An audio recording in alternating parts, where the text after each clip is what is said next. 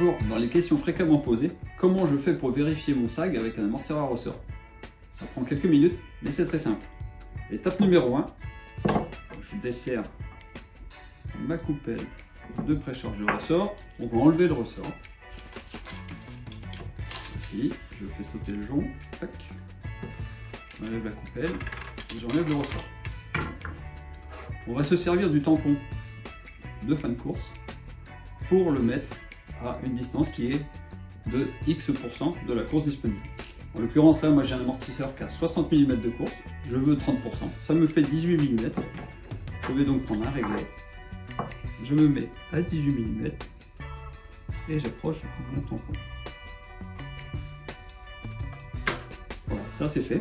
Alors, une chose qu'il faut jamais faire, ne jamais mettre un collier type Rilsan comme ça autour de la tige, pour une bonne et simple raison, c'est que vous n'allez pas l'enlever après le test du SAG, il va rester sur la tige, et quand vous allez talonner, le collier va venir se coincer entre le tampon et le joint racleur, et va venir endommager le joint racleur, donc une fuite.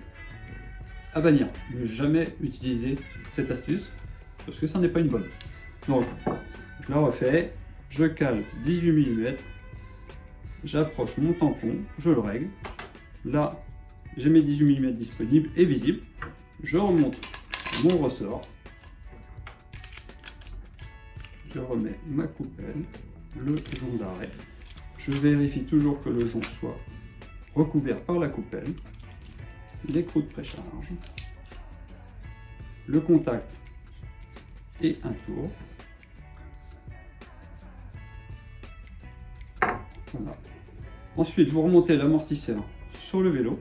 Vous vous asseyez sur la selle, tige de selle sortie, et vous regardez si le boîtier vient juste au contact du tampon. La première fois que vous allez talonner, le tampon va glisser en fin de course. Et voilà!